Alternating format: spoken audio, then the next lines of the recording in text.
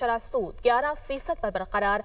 State bank की जानिब से ऐलान कर दिया गया है। गवर्नर स्टेट बैंक जमील अहमद ने नई मॉनेटरी पॉलिसी का ऐलान कर दिया है। नई मॉनेटरी पॉलिसी में शरह सूद को 11% पर बरकरार रखा गया है। मजीद इस हवाले से बात करने के लिए हमें ज्वाइन किया है माहिर मईशत हाकान नजीब साहब ने। सर, बहुत शुक्रिया आपके वक्त के लिए। सर, नई मॉनेटरी पॉलिसी का ऐलान कर दिया गया है, 11% पर ही बरकरार रखा गया है, कैसे देखते हैं आप इसको? देखिए, एक तो यह है कि जो इन्फ्लेशन है वो अगर आप सितंबर के फिगर्स देखें तो इट्स 5.6%। ये बॉटम आउट कर गई थी एट 0.3% अप्रैल में।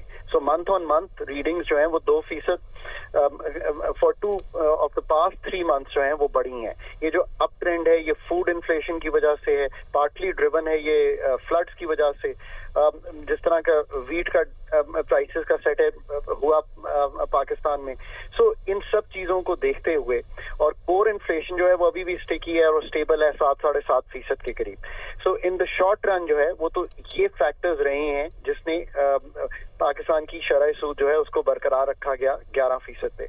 आप IMF के एक एंगेजमेंट में हैं, वो एक टाइट फिस्कल और टाइट मॉनेटरी पॉलिसी से मुल्क को इस वक्त एक जो स्टेबिलिटी है उसको सीमेंट करना चाहते हैं। That's understandable. बट असल डीपर बात जो है वो ये है कि जब तक आप रिफॉर्म्स करके प्रोडक्टिविटी और एफिशिएंसी को ठीक नहीं करेंगे तब तक आप लॉन्ग टर्म इन्फ्लेशनरी प्रेशर मुल्क से निकाल नहीं सकते और इसी के साथ साथ एक्सटर्नल प्रेशर नहीं निकाल सकते। जो और इम्पोर्टेंट बात है वो देखने की है कि जो 3 माह का ट्रेड डेटा है, जो पहले 3 माह इस साल के हैं यानी कि जुलाई, अगस्त, सितंबर, उसमें जो ट्रेड डेफिसिट है वो वाइडन हुआ है बहुत।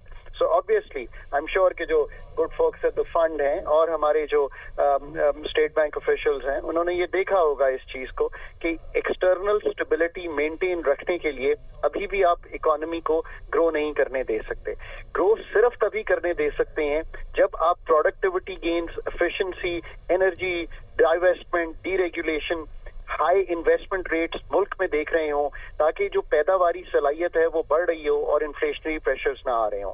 इन द शॉर्ट रन एक आई थिंक और चीज भी इम्पैक्ट की है। जब बॉर्डर क्लोजर्स होते हैं तो आप मिसाल ले लीजिए कि टमाटर की कीमत कितनी बढ़ी क्योंकि ऑब्वियसली बॉर्डर मूवमेंट स्लो हो गई थी। आई थिंक उसको भी देखा होगा। फिर आखिर में सबसे ज्यादा जो इन्फ्लेशनरी गेन्स हैं यानी कि जो 5-7% का टारगेट है उसको मेंटेन करने के लिए आई थिंक जो ओवरऑल स्टांस था वो यही रहा है। ये lesson I think what the country really has to take is कि if you want a low inflationary environment with a low policy rate then you have to do fundamental reforms. ये time है, ये space है, ये tailwinds हैं।